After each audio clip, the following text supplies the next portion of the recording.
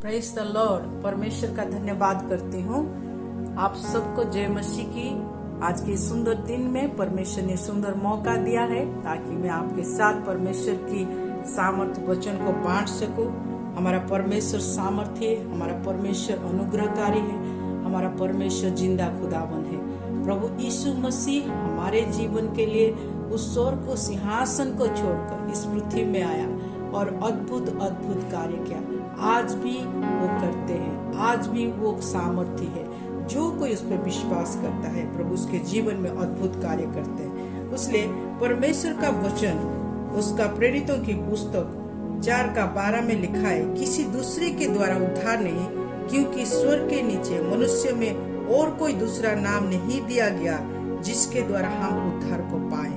यहाँ परमेश्वर का वचन स्पष्ट रूप में लिखा है कि स्वर्ग के नीचे मनुष्यों के बीच में केवल एक ही नाम है, वो नाम यीशु मसीह है। वो नाम मनुष्य को जीवन देता है, उद्धार देता है, मनुष्यों के जीवन की हर परेशानी को दूर करता है, उसको अनंत काल के राज्य में शामिल करता है, स्वर्ग की सामर्थ्य कार्यों में शामिल करता है। इसलिए हम प्रभु का धन्यवाद करते हैं कि हमने जो प्रभु को पाया है, हम सचमुच एक धन्य व्यक्ति है और हमारा जीवन से हमारा प्रभु अपनी अद्भुत कार्य को प्रकाश करता है। आज मैं परमेश्वर के वचन से प्रभु यीशु मसीह की जो शिष्य है और प्रभु उनके जीवन से कितनी अद्भुत अद्भुत कार्य किया है उस बारे में मैं कुछ बताना चाहती हूँ। विशेष करके उस बारे में बताना चाहती हूँ। अगर प्रभु की दासी प्रभु के निकट में विश्वास करते हैं और प्रभु जो जो कार्य किए थे प्रभु उनके ऊपर अनुग्रह करते हैं और उस कार्य को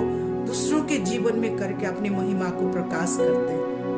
इसका मतलब ये हुआ कि हमारा परमेश्वर हर किसी को मोहब्बत करते हैं। उनके जीवन में वो किसी के लिए पक्षपात नहीं करते। उसने यूहन्ना 3:16 में इस तरह लिखा है कि परमेश्वर ने जगत को ऐसा प्रेम किया कि उसने अपना एकलौता पुत्र को दे दिया, ताकि जो कोई उस पर विश्वास करे वो नाश ना हो परंतु अनंत जीवन को प्राप्त करे। इसका मतलब है कि जगत के हर कोई व्यक्ति, कोई धर्म, कोई जाति, कोई रंग, ऐसा कुछ प्रभु के सम्मुख में नहीं है, क्योंकि प्रभु मनुष्य को अपना स्वरूप और समानांतर में बनाए, चाहे वो विश्वास करे या ना करे, लेकिन वो परमेश्वर की एक रचना है और वो परमेश्वर की संतान है और परमेश्वर उनके जीवन में अद्भुत कार्य करते हैं। जब प्रभु के निकट में कोई भी आता है तो खुदा उसके जीवन में आशीषों को उंडालता है। केवल उस व्यक्ति को प्रभु के ऊपर विश्वास करना है और ये विश्वास करना है कि वो एक ही मात्र परमेश्वर है, जीवित खुदाबंद है और मुर्दों में से जी उठा है, वो प्रभु जो जीवितों का परमेश्वर है। आज कुछ वचन को हम देखेंगे। प्रेरितों की पुस्तक उसका 3 अध्याय। यहाँ एक लंगड़े व्यक्ति के विषय में लिखा हुआ है। वो जो लंगड़ा व्यक्ति है वो जन्म से लंगड़ा है, लेकिन उसकी जो लोग है उसको सुंदर फाटक के पास छोड़ जाते हैं कुछ पाने की उम्मीद में, क्योंकि उसकी रोजगार कुछ नहीं, वो रोजगार नहीं कर सकता।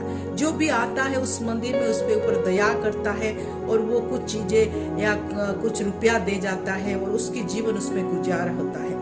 लेकिन आज इस लंगड़े के जीवन में एक अद्भुत कार्य होने जा रहा है, वो भी नहीं जानता। इसलिए जब हम परमेश्वर के अनुग्रह से एक नया दिन को प्राप्त करते हैं, हम प्रभु को धन्यवाद करना चाहिए कि आज खुदा मेरे जीवन में कुछ अच्छा ही करने जा रहे हैं। आज मुझे खुदा उस दिन को दिया है, क्यों ना मैं अपनी खुदा के साथ उस आशीषों से भर के अपने जीवन को आनंदित करूं और परमेश्वर की महिमा मेरे जीवन से होना चाहिए। पीतर और यूहन्ना जब प्रार्थना के समय में उस मंदिर को ओर जा रहे थे, इस लंगड़े को उस सुंदर फाटक में बिठा दिया गया था और 3 आयत उसका 3 अध्याय का 3 आयत में पढ़ने पर यहाँ लिखा हुआ है, जब उसने पतरस और यूहन्ना को मंदिर में जाते देखा तो उनसे भीख मांगी, क्योंकि उसकी आदत भीख मांगने का था। आज वो पतरस यूहन्ना को भी भीख मांग रहे हैं। एक बात यहाँ है, दूसरे लोग और प्रभु के लोगों में एक बात फर्क है आज वो व्यक्ति नहीं जानता कि वो किसको मांग रहे हैं। दुनिया की कोई भी व्यक्ति मांगने पर आपको थोड़ी सी चीजें देते हैं जो आपके थोड़ी सी गुजारा के लिए होता है, लेकिन परमेश्वर की दासों के जीवन में परमेश्वर इतनी भरपूरी दिया है, जब आप उनको मांगते हैं वो आपको अनंत जीवन देते हैं, आपको उद्धार के मार्गों को बताते हैं, आपको परित्राण की ओर और उस स्वर्गीय वासी होने के लिए, उस नरक के जलजल से निकाल के आपको स्वर्ग के सिंहासन के सम्मुख में, पिता के सम्मुख में आनंद के दिन को बिताने के लिए वो आपको लेके आते हैं। आज जब वो कुछ मांगने की उम्मीद से, भीख मांगने की उम्मीद से उनकी ओर मांगा, तो पतरस और यूहन्ना उसको इस तरह कह रहे हैं। 4 आयत अगर देखें तो लिखा है, पतरस ने यूहन्ना के साथ उसकी ओर ध्यान से देखकर कहा, उस लेंगड़े की ओर ध्यान से देखकर कहा, हमारी ओर देख। अतः वो उनसे कुछ पाने की आशा रखते हुए उनकी ओर ताकने लगा। जब वो ध्यान देखकर उसको कहे कि हमारी ओर देख, हमारी ओर देखने का मतलब है आपकी देखने की नजरिया क्या होना चाहिए। आप दुनिया की ओर देखते हैं तो दुनिया की चीजों को प्राप्त करते हैं, लेकिन जब आप परमेश्वर की ओर देखते हैं तो परमेश्वर की सामर्थ को प्राप्त करते हैं, क्योंकि वो परमेश्वर का सामर्थ उनके दास दासियों के जीवन में रहता है। आज यूहन्ना पतरस एक सामर्थ के कार्य करने जा रहे हैं। वहां लिखा है, तो वो कुछ पाने की आशा में जब उनकी ओर देखने लगा, 6 आयत में लिखा है, तो पतरस ने कहा, चांदी और सोना तो मेरे पास है नहीं, परंतु जो मेरे पास है वो तुझे देता हूँ। यीशु मसीह नासरी के नाम से चल फिर। हालेलुया।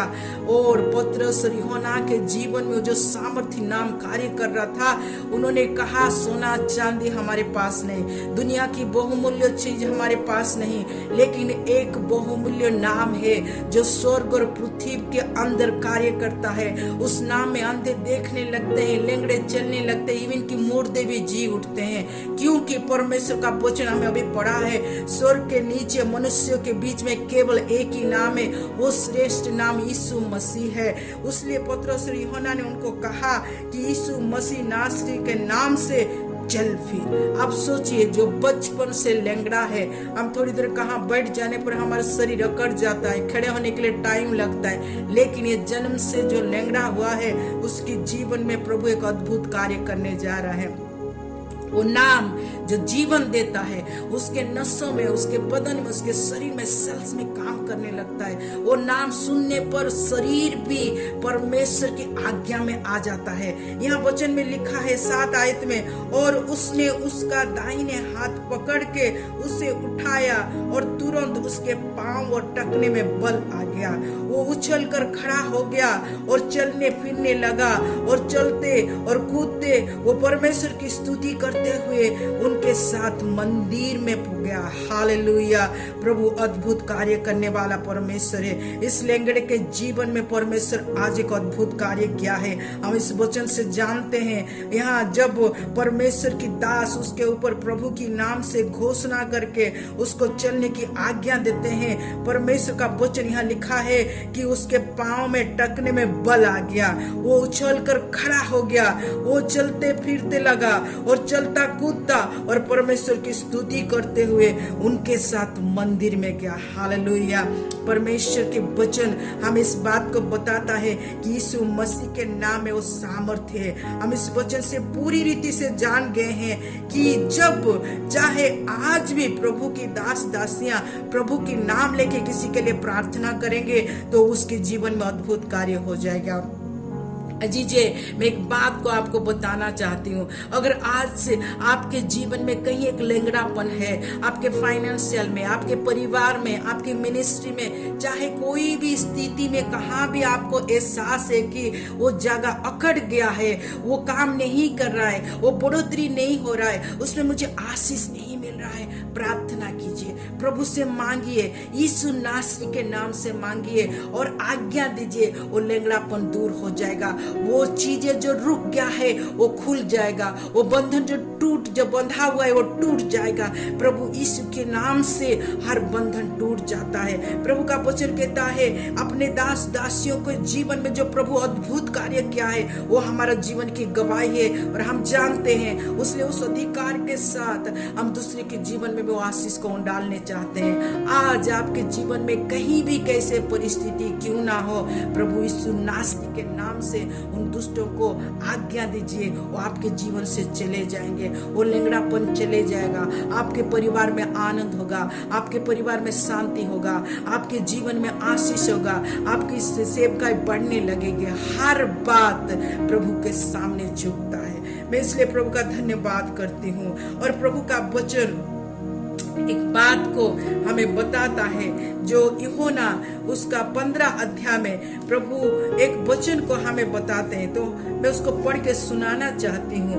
यूहन्ना उसका 15 अध्याय 7 पद में इस तरह लिखा है, यदि तू मुझ में बना रहे और मेरा वचन तुम में बना रहे तो जो चाहो मांगो वो तुम्हारे लिए हो जाएगा। हालेलुया।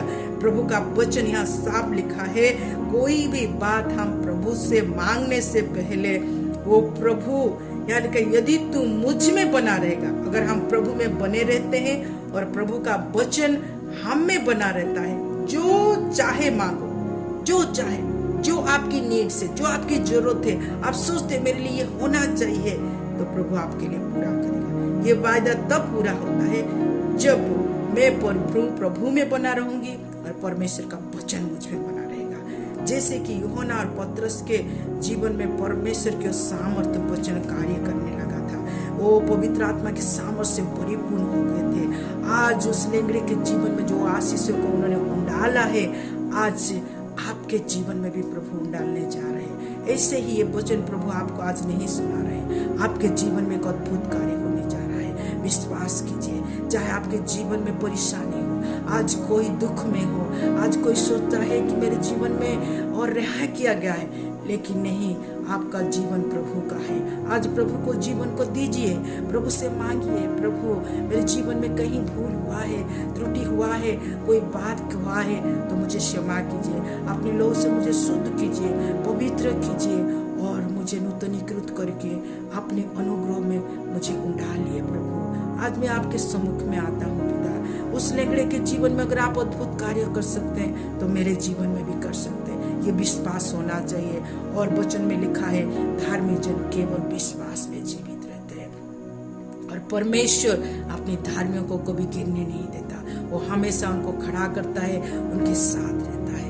इसलिए अजीजे, आइए हम प्रभु के निकट में अपने आप को समर्पित करें और प्रार्थना करें कि परमेश्वर आप महान हैं, आप अद्भुत कार्य करने वाला पराक्रमी राजा है। कोई भी विषय आपके जीवन में क्यों ना हो, कोई भी बातें आपके जीवन में क्यों ना हो, कोई भी परेशानी आपके बात में जीवन में क्यों ना हो, जो आपको फील कराता है कि मैं लंगड़ा हो चुका हूँ, मैं चल नहीं पा रहा हूँ, मैं उठ नहीं पा रहा हूँ। उस लंगड़ा व्यक्ति चलते कूदते, सोचो ये बचपन में लोगों को देखता होगा नाचते कूदते उठते जाते हुए, जब उसके बदन आज उसके शरीर में चंगाई बहने लगा है तो वो नाचने लगा है, कूदने लगा है। और एक बात वहाँ लिखा है, वो परमेश्वर की स्तुति करते करते वो प्रभु के दासों के साथ मंदिर में गया। जब हमारे जीवन में आशीष आता है ना, प्रभु को धन्यवाद करना नहीं भूलना चाहिए। जब हमारे जीवन में आशीष आना चाहिए, परमेश्वर के भवन में जाके धन्यवाद करना चाहिए। उस समय में प्रभु को स्तुति करना चाहिए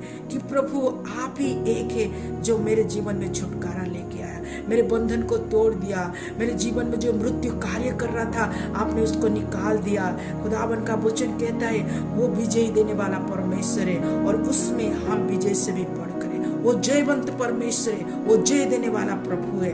इसलिए आपके जीवन में कैसे परिस्थिति क्यों ना, बहुत समय आप सोचते हैं कि बाकी घर के बच्चे इतने अच्छा पढ़ते हैं, मेरा बच्चा क्यों नहीं पढ़ता है, बाकी लोगों के जीवन में इतना आशीष होता है, मेरे जीवन में क्यों नहीं होता है। दूसरों को देखना छोड़ दीजिए, प्रभु की ओर दृष्टि कीजिए, वो प्रभु ही आपके जीवन में कार्य कर सकता है। किसी के साथ अपनी लाइफ को, कि अपने बच्चों की लाइफ को, अपनी सेवकाई को कंपेयर मत कीजिए।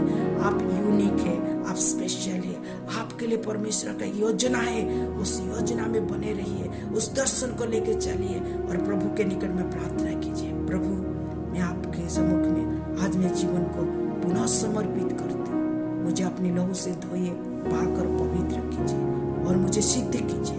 आपके वचन से मुझे दृढ़ कीजिए। और पिता, मेरे जीवन में आज जो जगह में रुक गया है, थम गया है, उसको आशीषों से भर दीजिए। एक श्रोते की तरह मेरे सेवकाई की सीमा को बढ़ा दीजिए। मेरे परिवार के ऊपर आपकी आशीष, मेरे बच्चों के ऊपर आपकी आशीष। अब हमने पढ़ा, जो कुछ तू मांगेगा वो पूरा हो जाएगा। ये प्रभु का विश्वास है, इसलिए हम विश्वास करना चाहिए और प्रभु के सम्मुख में समर्पित करना चाहिए। और परमेश्वर हमारी प्रार्थना को सुनने वाला प्रभु है, इसलिए प्रभु आपको आशीष दे। ये प्रार्थना